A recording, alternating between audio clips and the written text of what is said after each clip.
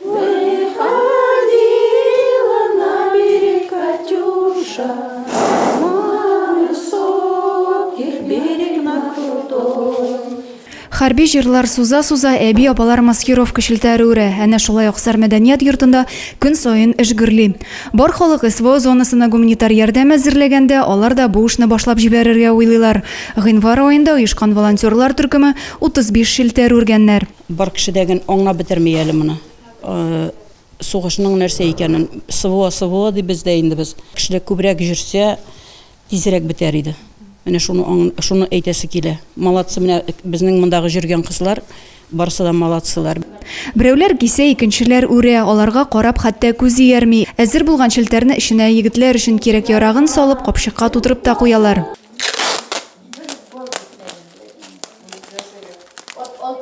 Сония Садыкованың олы улы махсус хәрби операциядә һәлак була. Үзен ул егетләребезгә ярдәм итеп тынычландыра. Эштән соңгы көннәрдә кай вакытта буш вакытларда төшәм инде. Булышырга кирәк бит балаларга. Инде сугышлар тиз-тиз генә бетсеннәр дигән шушы сеткалар ничек дип әйтим, музейда гына калышлы булсын инде шушы әйберләр. Илдә сугыш барганда күпләр тыныч кына өйләрендә утыра алмый, үзебездән бераз булса да өлеш кертергә тырышабыз диләр. Бердән булып эшләгән изге гамәлнең нәтиҗәсе дә бар.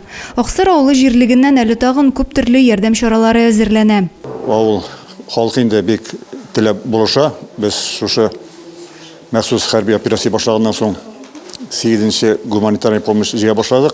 Без инде именной посылкалар әзерлибез. Именной посылкалар инде безнең һәрберебез егетләренә барып җитсен дип икешәр посылка җибәрәбез. Алар сораулары буенча, аннар инде без обязательно чакырабыз әниләрен, бергә тутырабыз.